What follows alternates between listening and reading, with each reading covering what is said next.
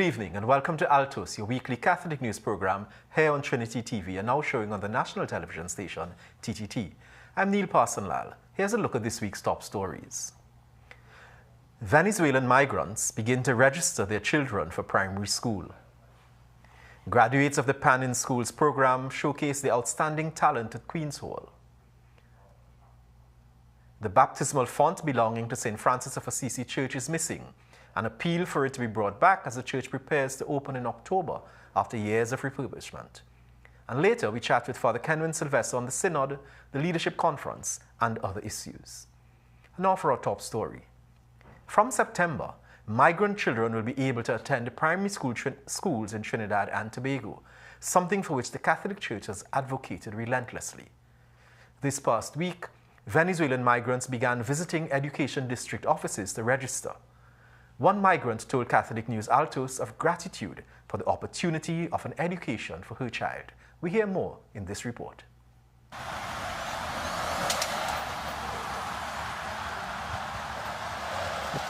I'm so, grateful because to give off the opportunity because it's expensive, pay a private school, and yes, I really grateful for that. I was a long time waiting for that, but I'm very happy. It was a slow morning at the Ministry of Education Jerningham Avenue office. Rodriguez was the only migrant seen registering during the time Catholic News Altos was on site. She arrived at 10:26 a.m. with her documents and was out before noon. Rodriguez had to take time off from work to register her 7-year-old daughter, Sophia. She praised the brisk process. There was someone fluent in Spanish present to assist. Yes, I say thank you for the opportunity because we really need that. They don't put no excuse, no nothing. All was real easy and nice. The Catholic Education Board of Management is happy registration has begun after all the work that has been done by the Education Working Group, of which the CEBM is a member. Schools and teachers are ready. Mrs. Mangru had this message for those who feel concern. We recognize the concerns that parents, stakeholders may have, and we will continue to work with the ministry to provide all of the support that we can to address the concerns and to make the stay in our schools one that is comfortable and productive. Education Minister Dr. Nyan Gadsby-Dolly, when contacted on how the process has been going, reported that the first day went well and there were no major issues. I am Simone DeLuchan for Catholic News Altos. And Minister Gadsby-Dolly confirmed that 32 persons visited the ministry and 21 were able to successfully complete their applications. Last Saturday's 6.2 magnitude earthquake caused damage to the Laloon RC School in Moruga. On Monday, school officials discovered that the ground beneath a corridor on the eastern section of the school had shifted, creating a significant gap between the wall and the flooring. There is concern about the wall's stability during the rainy season, as water pooling in the gap could erode the foundation. The school had also previously experienced flooding during the rainfall. A report has since been made to the Ministry of Education and the Catholic Education Board of Management. CBM's Chief Executive Officer Sharon Mangru said that repairs are expected to be made during the July-August vacation. The second installment of the Pan in School show program was held on Tuesday, June 25th at the Queen's Hall, and the young students being recognized certainly brought their A-game to the show. From their nervous yet joyous faces to the unexpected sounds they had a hand in selecting with their arrangers, they left their parents, teachers, and even the Archbishop beaming with pride, and the attendees confident that Pan is in good hands.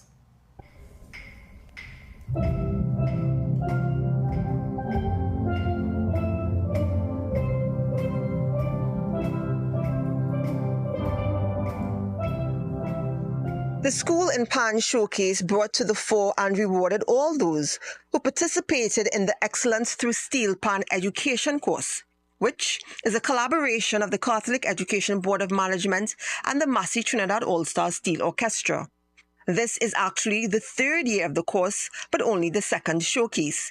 It is geared towards students in Standard 2 and once again involved both the Bethlehem Boys and Girls RC, Nelson Street Boys and Nelson Street Girls, Our Lady of Laventille RC, and Rose Hill RC. Plans are currently underway to have the program expanded come next year.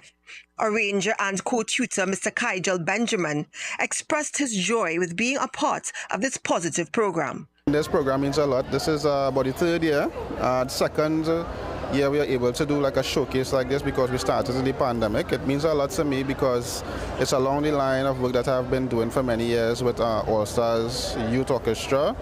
And, it's a lot of work with youth in the community and, helping them to have a focus and, discipline and togetherness, and having something positive to do. So this ties all into that work that I've been doing.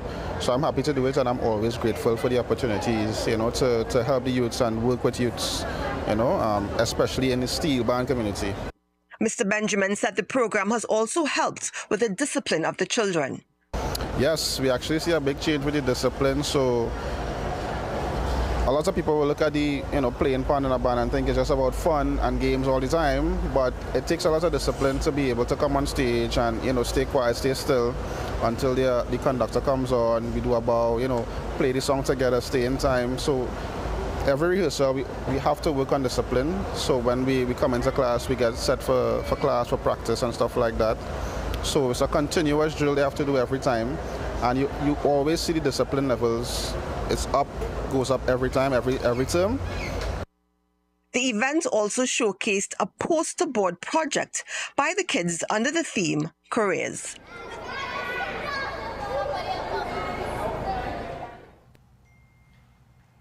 Graduation season has begun for a Catholic primary and the secondary schools.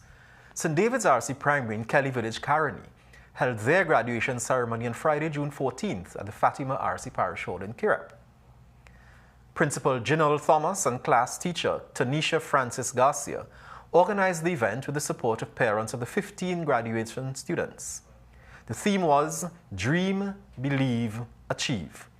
Invited guests included Parish Priest Father Arnold Francis, Jeanette Solomon, School Supervisor 1, Ministry of Education, and Alicia Clasp Gooding, principal of the nearby Fatima RC Primary School. The featured speaker was Tricia Sims, Episcopal Delegate for the Archdiocesan Family Life Commission. And we invite all our schools to submit photos of their graduation exercises with relevant information to altos@catholictt.org. The St. Francis of Assisi RC Church in Belmont will be reopening later this year in October after undergoing extensive renovation works. The church is seeking the public's assistance in locating a baptismal font which is part of the 122-year-old structure. Reporter Kaylan Jordan has more in this story. The St. Francis Building Committee realized the font was missing about a year and a half ago. It was initially thought to be in an area which was boarded up. The main altar and the two side altars, there was scaffolding and plyboard boarding up that area, and we thought initially that the font may have been within there. When the scaffolding and the plyboard was removed, we realized that the font was not there.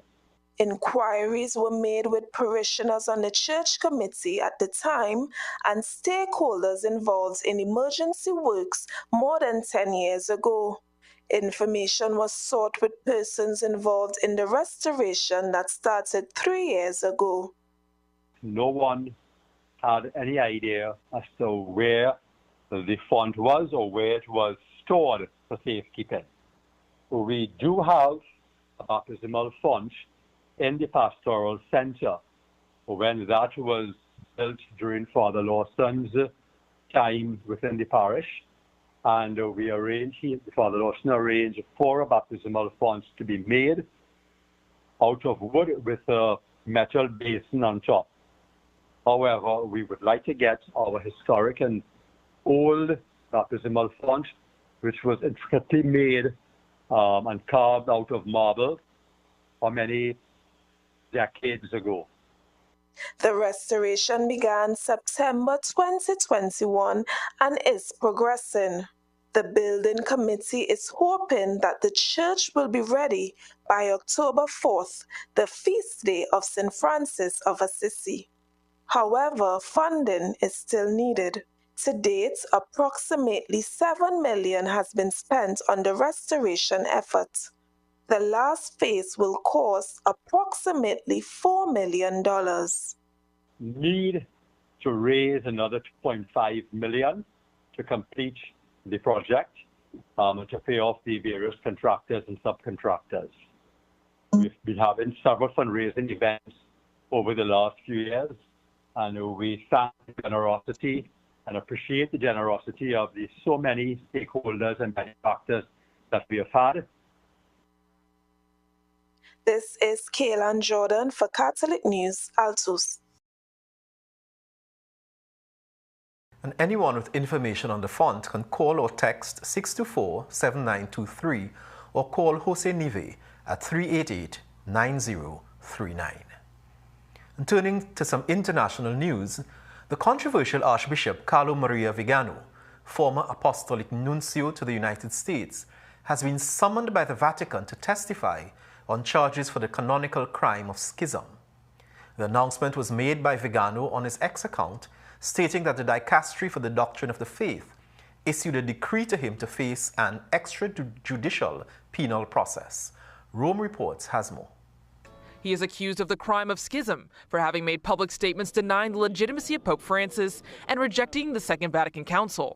The Archbishop announced on social media that an extrajudicial criminal trial had been opened against him. He claims he was informed by email and assumes his sentence has already been set.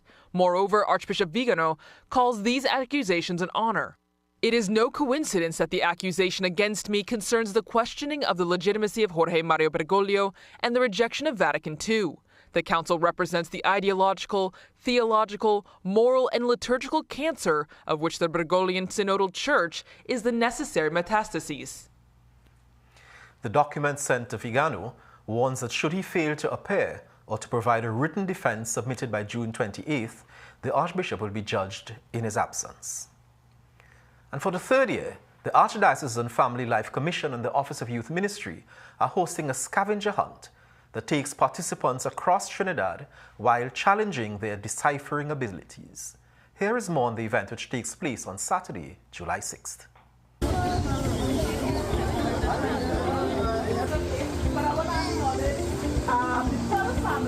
This was our first scavenger hunt, and it was awesome. The experience was really fun. It was nice to see all the families get together and enjoy and bring out the competitive streak in myself.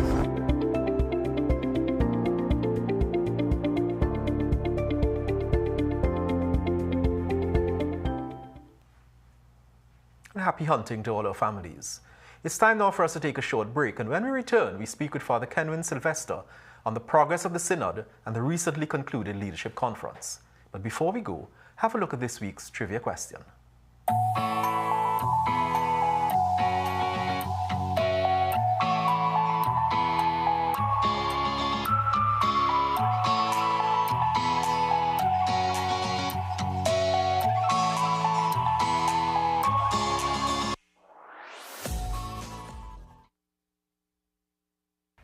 Thanks very much for staying with us.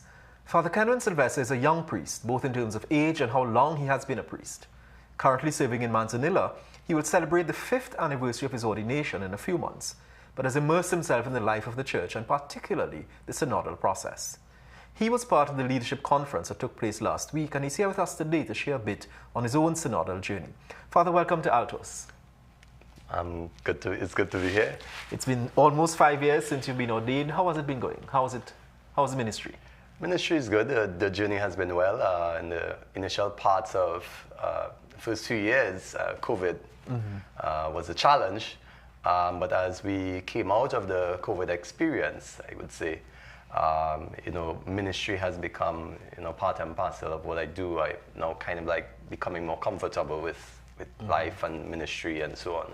Kind of feeling a bit settled in this new walk of life. Excellent. So let's talk about that settledness. Yeah. What we saw at the leadership conference coming out of it was a number of young people, and the skits that came out at the conference were people still talking about issues with hospitality and leadership in our parishes. Yeah. Can you tell us how is this impacting the whole synodal process? Where is it in terms of your parish? What did you see at the conference that you think we should be looking at? Yeah. I think one of the big challenges is that, first and foremost, Pope Francis wants our church to be revitalized, and revitalized not just because, okay, we need to be up with the times, but revitalized in the spirit of discernment. And so synodality, the whole synod on synodality is really bringing us to this place where we come to realize, hey, we have to do things differently. But the things that we do differently is not just by whims and fancies, but it must be in tune with what the Spirit wants. And in order to do that, we need to engage in what is called spiritual conversations. But before that, the skits and all of these things are highlighting one of the issues, I think, is still, as I say, part and parcel of a human experience, which is that, change is difficult. So although Pope Francis is envisioning a church that is synodal, a church that is moving and making decisions according to the Spirit, the people that are involved in the church still needs to get the memo and still needs to engage in the process of being church. And so the skits kind of highlight some of the shortcomings that we still experience at the parish office. The people who are not hospitable, the people who are not receptive, and the people, in my estimation, I shared at my table, the people who do not recognize that the parish office is the first point of encounter with the outside world. And so the people, random persons coming to the parish office, the first people they meet and the first opportunity for perception, to form perception, is the parish staff. And therefore not recognizing their own part to play in the mission of the church is for me one of the big issues that I saw coming out of this skit that I took away. And I said we need to recognize the importance of the parish office as being an integral part of the mission of the church, to evangelize, to Father, bring people closer to God. How many of those parish staff were actually at the leadership conference? Well, that is the parish staff in terms of the office staff. The 63 parishes we have. The office staff, I'm not sure, but what the goal was from the team that was managing the event was that you have people from the pastoral council, you have people from the MAT, and the young persons, the young representatives that will be part and parcel of this discussion, and really training in the synodal way. Training in the way that we are to discuss, training in the way that we... So that's the goal of the process, that we bring leaders together in a space where we can begin the formation of engaging in conversation, engaging in spiritual conversation, which is the method that the church has identified to, in one sense, bring about the synodal process in the wider church. But the synodal process involves journeying, involves listening. Yeah. Is the church listening to our young people, for instance? Do they feel that the church is listening to them? That's a great question. One of the in the various conversations that I've had with young people and people who work with young people, the great challenge you have is that, and even at our table when we were there, it was shared that we involve young people in conversation when we need them, but we don't engage young people in conversation because they need to be there. Mm-hmm. And I think that shift is what is needed if we are to bring all parties, young, the not so young, the disengaged from the church. That's the type of involvement or engagement we need to have with all parties. Everyone in the church needs to recognize that we are all, this is all ours, the church is ours, and we are all responsible for where the church goes and how the church moves forward, how the church journeys together. And so one of the three watchwords of the synod, not the local installment, but the three watchwords of the synod from its inception was communion, participation, and mission. When we recognize that because of our baptism, we are all united and have co-responsibility for this church and where the church goes, we recognize that our participation is necessary. We recognize that the mission that Jesus has given to the church is not a mission for the priests, it's not a mission for the bishops, but it's a mission for all.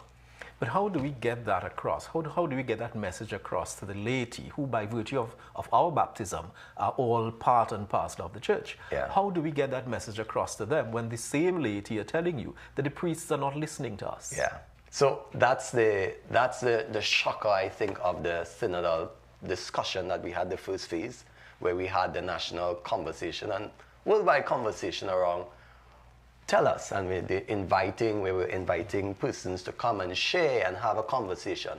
Where do you want to see the church? Where do you dream the church being? So that conversation brought about something new that we're now hearing from the lay persons. This is what is affecting us. Now, at first it became a kind of venting session where we needed to get out, we want to get what we needed to get out. And the priest and they needed to hear X, Y, Z. But even Rome recognized that there were certain voices that were not heard, like especially the parish priest voice, wasn't in a conversation where, and so they recently had a conversation for parish priests. But this process of listening takes time. And that's the message I think Pope Francis wants to get to us, that our decision making can't be top down without being informed by the reality that is being faced by the lay persons. They also need to raise their voices to share that. And so the listening process is a way in which we somewhat open our ears, humble ourselves. What is the reality on the ground? How can we listen to the people who for many, many years have been voiceless. And so the listening process is important, and it is essential to the synodal journey.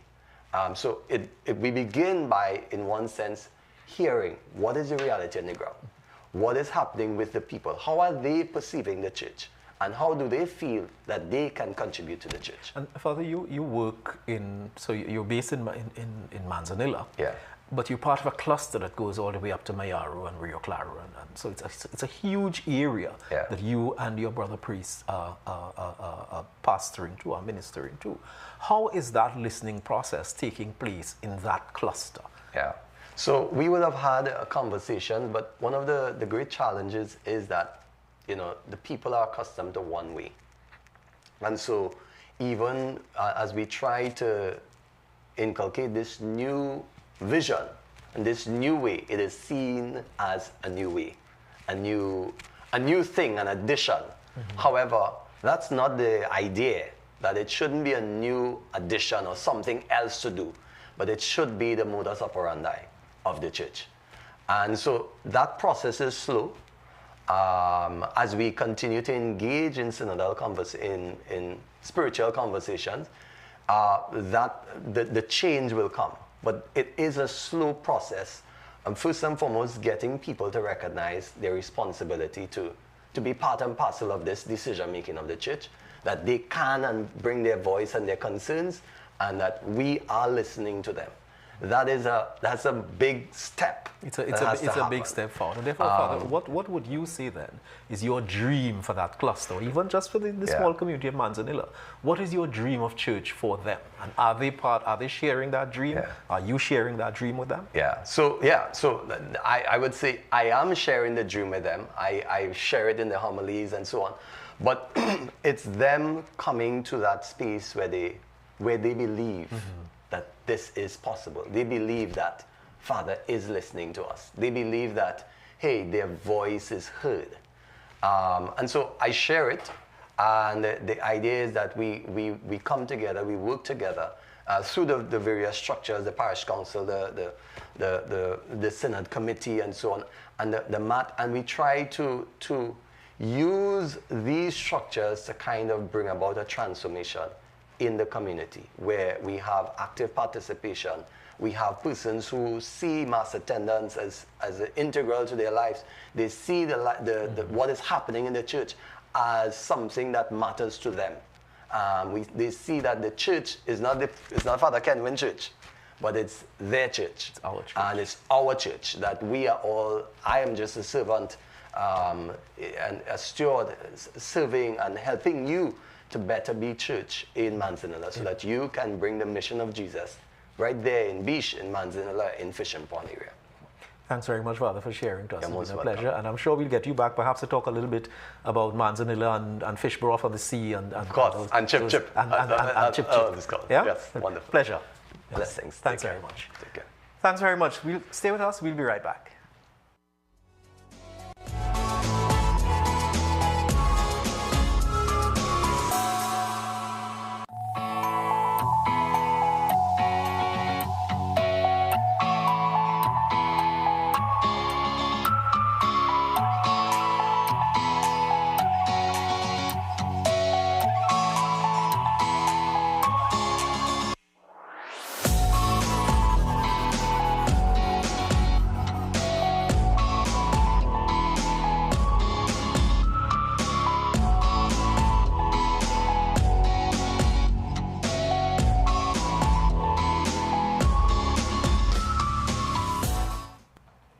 Happy anniversary to all our clergy.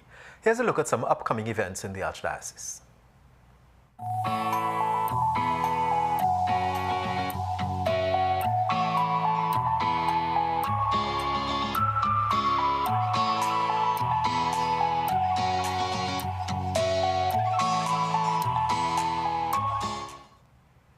And Catholic News Associate Editor Simone De Lochan gives us a preview of what's in store in this week's Catholic News. In the God at Work supplement in this week's Catholic News, Palance 868 provides an overview of the amazing range of activities in Trinidad and Tobago, and ZipTT encourages you to challenge your fear and go ziplining this July-August. I am Simone De Lochan, Associate Editor of the Catholic News. And that brings us to the end of this episode of Altos. A reminder that you can send your photos and stories to us at altos@catholictt.org.